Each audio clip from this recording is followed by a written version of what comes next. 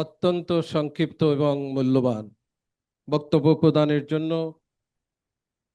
জিয়াউর রহমান ফাউন্ডেশনের vice president doctor Zubaida রহমানকে আমাদের পক্ষ থেকে অনেক অনেক অভিনন্দন এবং কৃতজ্ঞতা জানাই। সম্মানিত সুধী মণ্ডলী, আপনারা যারা সামনে বসে আছেন, অনেক বিশিষ্ট ব্যক্তিবর্গ সামনে বসে আছেন, যাদেরকে আমরা যদি মঞ্চে বসাতে পারতাম কিংবা কথা বলার সুযোগ দিতে পারতাম, তাহলে এই অনুষ্ঠান হয়তো আরো গুরুত্ব পেত, কিন্তু সেটি সময়ের স্বল্পতার কারণে হয়ে ওঠে নাই। তবুও সভাপতি মহোদয়ের অনুমতিক্রমে দু একটি নাম না বললেই নয়। আমাদের মাঝে উপস্থিত রয়েছেন পাবনা বিজ্ঞান ও প্রযুক্তি বিশ্ববিদ্যালয়ের ভাইস চ্যান্সেলর মহোদয় অধ্যাপক ডক্টর সোহাগ আউয়াল, রয়েছেন বিএনপির সহ স্বাস্থ্য বিষয়ক সম্পাদক ডাক্তার পারভেজ রেজা কাকন, রয়েছেন ব্যারিস্টার মীর হেলাল, জিয়াউর রহমান মেডিকেল কলেজের সম্মানিত অধ্যক্ষ ওয়াহিদুল তরফদার নাহিদ, উন্মুক্ত বিশ্ববিদ্যালয়ের মাননীয় ট্রেজারার, জিয়াউর রহমান ফাউন্ডেশনের ডিরেক্টর হিসাব প্রফেসর শামীম, বাংলাদেশ আরবি বিশ্ববিদ্যালয়ের সম্মানিত উপাচার্য প্রফেসর জাফর সহ অন্যান্য নেতৃবৃন্দ যারা উপস্থিত আছেন। আমি সবার নাম বলতে পারি না, সেজন্য আবার ক্ষমা প্রার্থী।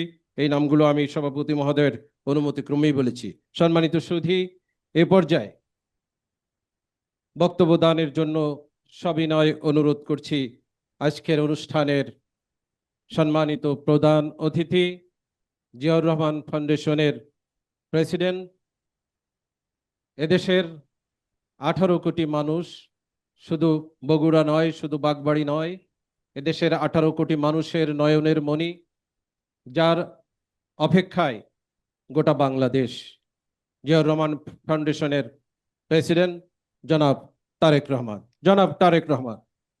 ধন্যবাদ। বিসমিল্লাহির রহমানির রহিম। আজকে জিয়াউর রহমান ফাউন্ডেশন কর্তৃক আয়োজিত আজকের এই অনুষ্ঠানের, এই মেডিকেল ক্যাম্প অনুষ্ঠানের সম্মানিত সভাপতি ডক্টর ডোনার, মঞ্চে উপস্থিত এই এলাকা থেকে নির্বাচিত এক্স সংসদ সদস্য জনাব হেলালুজ্জামান লালু, ডক্টর পাভেল সহ, মিল্টন সহ উপস্থিত, রুমন সহ মঞ্চে উপস্থিত সম্মানিত অতিথিবৃন্দ, আমার সামনে উপস্থিত ঢাকা থেকে আগত চিকিৎসকবৃন্দ, বগুড়া জেলা বিএনপির বিভিন্ন পর্যায়ের নেতৃবৃন্দ এবং আমার প্রিয় গ্রামবাসী, আসসালামু আলাইকুম। অনেকদিন পরে নিজের বাড়িতে উপস্থিত হতে পেরে খুবই ভালো লাগছে আমার। আজকে মনে হচ্ছে অনেকদিন পরে নিজের পরিচিত মানুষগুলার মাঝে এসে দাঁড়াতে পেরেছি। প্রিয় উপস্থিতিবৃন্দ, আজকে সকাল থেকে এখানে এই যে মেডিকেল ক্যাম্পটি অনুষ্ঠিত হলো এবং এই মেডিকেল ক্যাম্পে আজকে যে চিকিৎসক বৃন্দরা উপস্থিত হয়েছিলেন, তাদের সময় দিয়েছেন, পরিশ্রম করেছেন এই এলাকার মানুষদেরকে বিনামূল্যে চিকিৎসা দেওয়ার জন্য। তার জন্য আমি তার চিকিৎসক বৃন্দকে কষ্ট করে এখানে আসার জন্য, সময় ব্যয় করার জন্য, কষ্ট করার জন্য আন্তরিকভাবে এলাকাবাসীর পক্ষ থেকে আন্তরিকভাবে আমি ধন্যবাদ জানাচ্ছি। এই যে আজকে যে কাজটি এখানে অনুষ্ঠিত হয়েছে, অর্থাৎ মানুষকে, কতগুলো মানুষকে যাদের পক্ষে হয়তো সম্ভব হয় না এরকম চিকিৎসা পাওয়া, অর্থাৎ মানুষকে সহযোগিতা করা বা সাহায্য করা বা তার বিপদে পাশে দাঁড়ানো, এই যে কাজটি, এইটি কেন করা হলো? দেখুন, এখানে আমরা যারা আজকে, আমি বলুন, আমার নেতাকর্মী যারা আছে, মঞ্চে যারা আছে, মঞ্চের বাইরে অনেক মানুষ উপস্থিত আছেন, যারা আমরা সরাসরি বাংলাদেশ জাতীয়তাবাদী দল বিএনপির রাজনীতির সাথে জড়িত। আমরা রাজনীতি কার জন্য করি? আমরা রাজনীতি মানুষের জন্য করি। অর্থাৎ দেশ এবং দেশের মানুষের জন্য আমরা রাজনৈতিক দল হিসাবে বিভিন্ন পরিকল্পনা গ্রহণ করি দলের পক্ষ থেকে। শিক্ষার বিষয়ে পরিকল্পনা গ্রহণ করি, নারীদের বিষয়ে পরিকল্পনা গ্রহণ করি, যারা বয়স্ক মানুষ তাদের ব্যাপারে পরিকল্পনা গ্রহণ করি, চিকিৎসার ব্যাপারে পরিকল্পনা গ্রহণ করি, ছাত্রছাত্রীদের ব্যাপারে পরিকল্পনা গ্রহণ করি, রাস্তাঘাট উন্নয়নের ব্যাপারে পরিকল্পনা গ্রহণ করি, কৃষকের ব্যাপারে বা কৃষির ব্যাপারে পরিকল্পনা, এরকম বিভিন্ন পরিকল্পনা গ্রহণ করি। এবং যখন একটি রাজনৈতিক দল সরকার গঠন করে, সরকারে যেতে সক্ষম হয় জনগণের সমর্থন নিয়ে, তারপরে পর্যায়ক্রমিকভাবে আমরা সেই পরিকল্পনাগুলোর কাজ বাস্তবায়ন করি। কিন্তু প্রিয় উপস্থিতিবৃন্দ, রাজনীতির পাশেও, রাজনীতিটাই তো মানুষের জন্য করা, সেই রাজনীতির পাশেও কিন্তু মানুষের কাজ করা যায়, মানুষের জন্য কাজ করা যায়।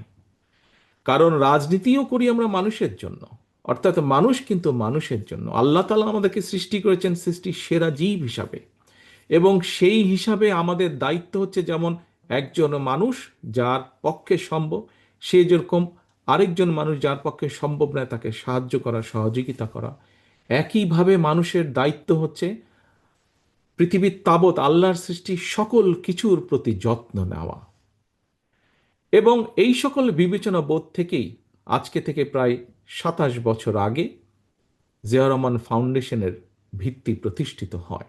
এবং তারপরে বিভিন্ন সময়ে বিভিন্ন কার্যক্রমে কিভাবে কি কি কার্যক্রম গ্রহণ করা হয়েছে আপনারা কিছুক্ষণ আগে যে ডকুমেন্টারিটা দেখানো হয়েছে তার ভেতরে আপনারা দেখেছেন।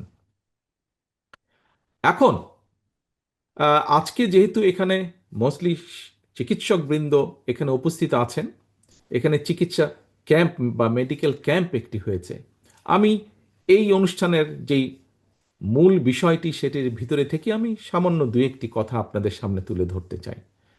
প্রিয় চিকিৎসকবৃন্দ, সম্মানিত চিকিৎসকবৃন্দ, মঞ্চে উপস্থিত সম্মানিত অতিথিবৃন্দ এবং আমার সামনে উপস্থিত চিকিৎসকবৃন্দ সহ সম্মানিত অতিথিবৃন্দ সহ প্রিয় গ্রামবাসী, যেহেতু এটি আজকে মেডিকেল ক্যাম্প, এই জন্য মেডিকেল সংক্রান্ত বিষয় সংক্ষেপে আগামী দিন আল্লাহর রহমতে বাংলাদেশের মানুষের সমর্থনে বাংলাদেশ জাতীয়তাবাদী দল সরকার গঠনে সক্ষম হলে পরে, ইনশাল্লাহ সরকার গঠন করলে পরে, আমরা দেশের মানুষের চিকিৎসার জন্য কি কি করতে পারি সংক্ষেপে দুই একটি আমি তার বিবরণ আপনাদের সামনে তুলে ধরতে চাই যে আমরা পরিকল্পনা গ্রহণ করেছি। এখানে কিছুক্ষণ আগে আপনারা শুনেছেন যে প্রিভেনশন, অর্থাৎ প্রথমেই যদি আমরা ব্যবস্থা গ্রহণ করি তাহলে কিভাবে রোগ বালাই এই বিষয়টিকে আমরা ঠেকিয়ে দিতে পারবো।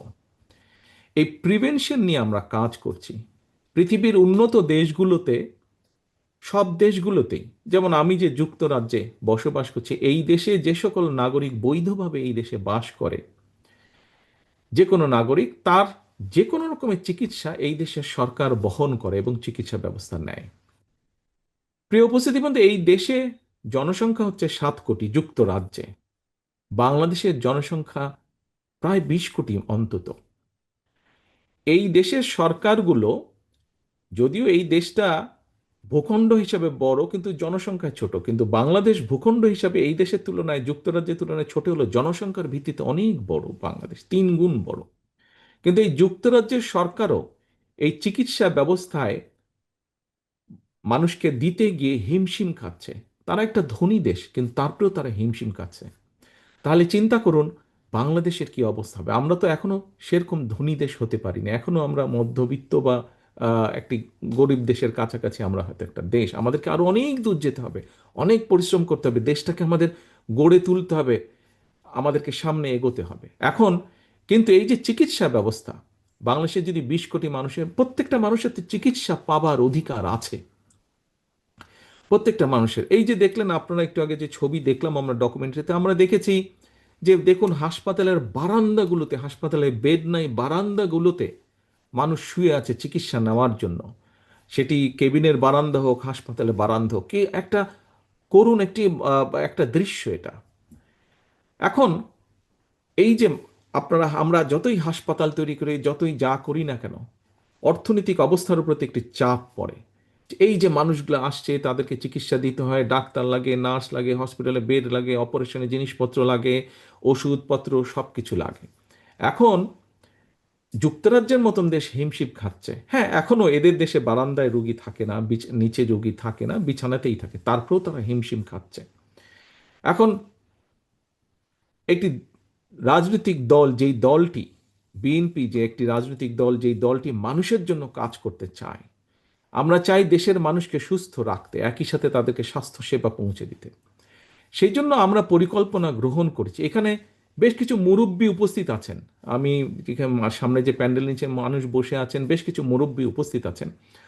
মুরব্বী আপনাদের নিশ্চয়ই মনে আছে, এবং অন্যান্য অনেকেই উপস্থিত আছেন, তাদের না দেখলে হয়তো অনেকেরই মনে আছে বা আমরা শুনেছি, শহীদ রাষ্ট্রপতি জিয়া রহমানের সময় সারা দেশে একটি পথ ছিল, গ্রামের মানুষ যাতে চিকিৎসা পায়। পল্লী চিকিৎসক নামে একদল মানুষ ছিলেন, যারা গ্রামের মানুষকে বেসিক চিকিৎসাগুলো প্রদান করতেন। প্রিয় উপস্থিতিবৃন্দ, আমরা যেটা পরিকল্পনা গ্রহণ করেছি, যে ইনশাল্লাহ বিএনপি সরকার গঠন করলে পরে আমরা হেলথ কেয়ারের নামে আমরা গ্রামে গ্রামে এইরকম একটি টিম তৈরি করব, যারা মানুষের কাছে যাবে, মানুষকে বোঝাবে যে ভাই, এই জিনিসটা খেলে তোমার হার্টের অসুখ হবে না, এই জিনিসটা খেলে তোমার ডায়াবেটিক হবে না, এই জিনিস এইভাবে চললে তোমার কিডনির রোগ হবে না। অর্থাৎ মূল যেগুলা যেগুলা যেগুলা অসুখ বিসুখের সাথে জীবন মরণের সমস্যা, মানুষকে আমরা এগুলা বুঝবো। অর্থাৎ যাতে দেশে কম সংখ্যক মানুষ অসুস্থ হয়, এটি থাকবে আমাদের উদ্যোগ। এখন মানুষ যখন কম, মানুষ তো কিছু না কিছু অসুস্থ হবেই। মানুষ যখন কম অসুস্থ হবে, সেই কম সংখ্যক মানুষ যখন হাসপাতালে যাবে, আমরা ইনশাল্লাহ আশা করতে পারি তখন হয়তো আস্তে আস্তে একটা পর্যায়ে আসবে, যখন অসুস্থ মানুষ যে হাসপাতালে যাবে চিকিৎসার জন্য, তাকে আর ওই মাটিতে শুয়ে থাকতে হবে না, তাকে আমরা বেডের মধ্যেই রাখতে পারবো ইনশাল্লাহ। এর বাইরে যেই মানুষ, অসুস্থ মানুষগুলা যাবে চিকিৎসার জন্য, তখন আমরা প্রায় প্রত্যেক মানুষকে চিকিৎসকরা, এই যে একটু আগে শাহজাহান সাহেব বললেন যে এত মানুষ আসে, এত অসুস্থ মানুষ, সেই তুলনায় ডাক্তার নার্সের সংখ্যা কম, আমরা চাইলেও চিকিৎসা দিতে পারছি না। কিন্তু আমরা যদি কম সংখ্যক চেষ্টা করি, এবং তার ফলে যদি সরকারের চেষ্টার ফলে যদি কম সংখ্যক মানুষ অসুস্থ হয়, সেই অল্প সংখ্যক মানুষ যখন যারা অসুস্থ হবে হাসপাতালে, তাদেরকে বেটার, ভালো চিকিৎসা দেওয়া সম্ভব হবে, ওষুধপত্র দেওয়া সম্ভব হবে। কাজেই আমাদের এইটি একটি লক্ষ্য আছে, আমরা হেলথ কেয়ার তৈরি করব। এই হেলথ কেয়াররা সারাক্ষণ তাদেরকে ট্রেনিং দেওয়া হবে, বেসিক অসুখ বিসুখ কিভাবে, গ্রামের মা বোনরা যারা সংসার দেখভাল করেন তাদের কাছে গিয়ে পরামর্শ দিবে যে কিভাবে পরিবারকে সুস্থ রাখতে হবে। আপনারা চিন্তা করে দেখুন, আমরা যদি আস্তে আস্তে একটা সুস্থ পরিবার তৈরি করতে পারি, আস্তে আস্তে সুস্থ পরিবার সম্মত একটা গ্রাম তৈরি করতে পারি, আস্তে আস্তে এরকম গ্রামের পরে উপজেলা একটা তৈরি করতে পারি যেখানকার অধিকাংশ মানুষ সুস্থ, আস্তে আস্তে একটি জেলা তৈরি করতে পারি যেখানকার অধিকাংশ মানুষ সুস্থ, আস্তে আস্তে একটি বিবাহ বেগম, আস্তে আস্তে আমরা একটি দেশ তৈরি করতে পারবো ইনশাল্লাহ, যেখানে অধিকাংশ মানুষ সুস্থ থাকবে। আসুন আমরা সেটি মিলে চেষ্টা করব ইনশাল্লাহ, সকলে মিলে। এবার আসুন আরেকটি বিষয়, আমরা দেশে একটি পলিসি নিতে চাচ্ছি, সেটি হচ্ছে প্রাইভেট অ্যান্ড পাবলিক পার্টনারশিপ। এখন এটি কি এমন, দেখুন, আজকে এই যে আপনাদের এই আমাদের জেলায়, বগুড়া জেলায় যে শহীদ জিয়াউর রহমান মেডিকেল কলেজ আছে, দেখুন এরকম একটা হাসপাতাল তৈরি করতে প্রায় 4 থেকে 5 বছর সময় লেগে যায়। তারপরে তো আরও বিভিন্ন জিনিস আছে, ডাক্তার জোগাড় করো, নার্স জোগাড় করো, মেশিনপত্র আনো।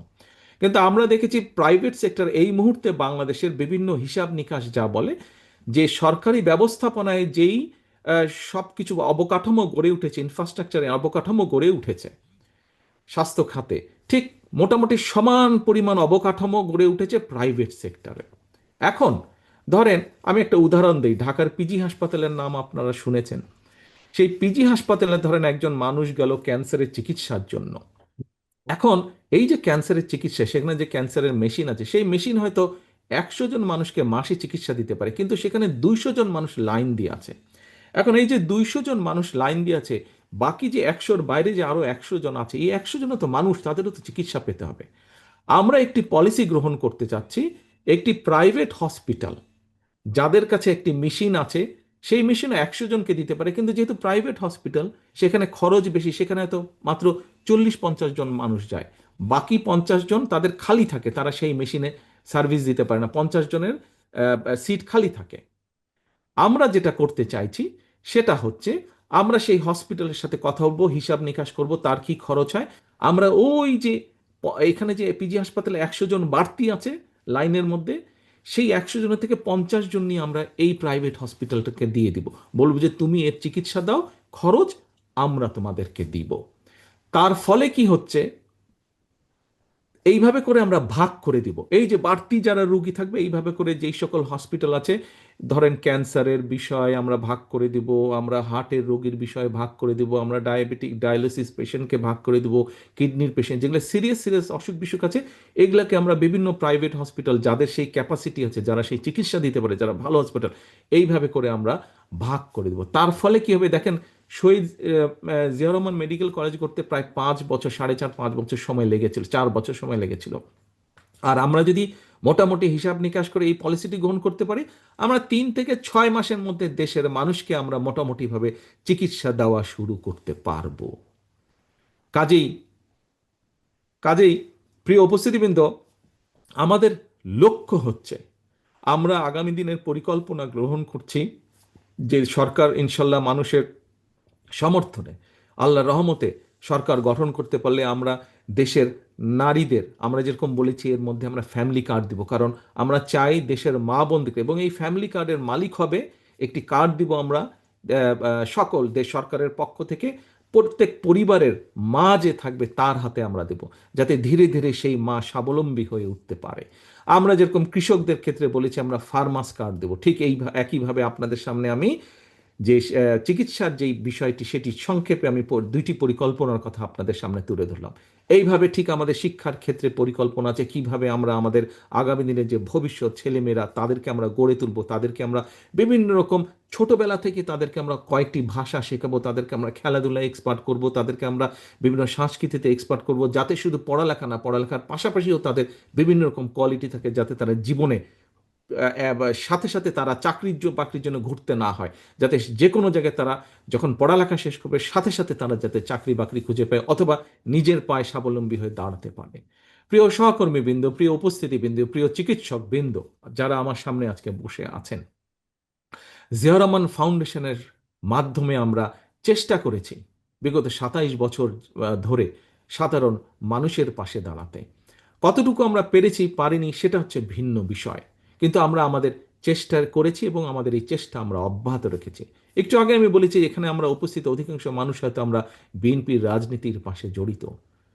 প্রিয় সহকর্মীবৃন্দ, আজকে এখানে যারা উপস্থিত আছেন, শুধু আপনাদের কাছেই আমি আহ্বান রাখছি না, আজকের এই অনুষ্ঠানের মাধ্যমে সমগ্র বাংলাদেশে শহীদ রাষ্ট্রপতি জিয়াউর রহমান, দেশনেত্রী খালেদা জিয়ার যত সৈনিক, বিএনপির যত নেতা কর্মী আছে, আসুন আমরা রাজনীতিটিকে আজ এমনভাবে গড়ে তুলি যাতে আমাদের রাজনীতির মাধ্যমে আমরা আমাদের এলাকার প্রত্যেকটি, যেই এলাকায় আছে প্রত্যেকটি সাধারণ মানুষের কাছে সাহায্যের হাত বাড়িয়ে দিতে পারি, সাধারণ মানুষের পাশে, যাতে করে আমরা তাদের বিপদে আপদে তাদের পাশে এসে দাঁড়াতে পারি। অর্থাৎ আমরা সাধারণ মানুষের পাশে তাদের আস্থার প্রতীক, তাদের বিশ্বাসের প্রতীক হিসেবে যাতে আমরা দাঁড়াতে পারি, সেইভাবে আসুন আমরা নিজেদেরকে গড়ে তুলি। বিএনপির প্রত্যেকটা কর্মী, বিএনপির প্রত্যেকটা নেতাকে আজকে আমরা আমাদের মধ্যে রূপান্তর ঘটাই, এবং আমরা আমাদের প্রত্যেককে আজকে জনগণের সেবক হিসাবে আমরা গড়ে তুলতে বদ্ধপরিকর হই। আমরা নিজেদেরকে জনগণের সেবক হিসাবে নিজেদেরকে গড়ে তোলার জন্য শপথ গ্রহণ করি।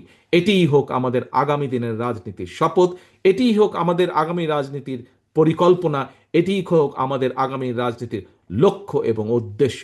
পরিশেষে আমি আবারও জিয়াউর রহমান ফাউন্ডেশনের আজকের এই অনুষ্ঠান আয়োজন যারা করেছেন তাদের প্রত্যেককে আমার পাশে উপস্থিত জিয়াউর রহমান ফাউন্ডেশনের vice president doctor Zubaidur Rahman আজকে এই পরিকল্পনার মাধ্যমে এই অনুষ্ঠানটি সফল করেছেন, এবং যে পরামর্শ দিয়েছেন এবং মাঠে থেকে যে মানুষগুলো কাজ করেছেন, জিয়াউর রহমান ফাউন্ডেশনের যে সকল সদস্যবৃন্দ কাজ করেছেন, আমার এই গ্রামবাসী, আমার দলের নেতা কর্মী, ছাত্রদল, যুবদল, বিএনপি সহ যারা কাজ করছেন, প্রত্যেকটি মানুষকে, আমার বাড়ির আঙিনার যে সকল ভাইয়েরা কাজ করেছেন, প্রত্যেকটি মানুষকে আবারও আন্তরিকভাবে আমি ধন্যবাদ জানাতে চাই 7,000 মানুষের কাছে আজকে চিকিৎসা সেবা পৌঁছে দেওয়ার জন্য।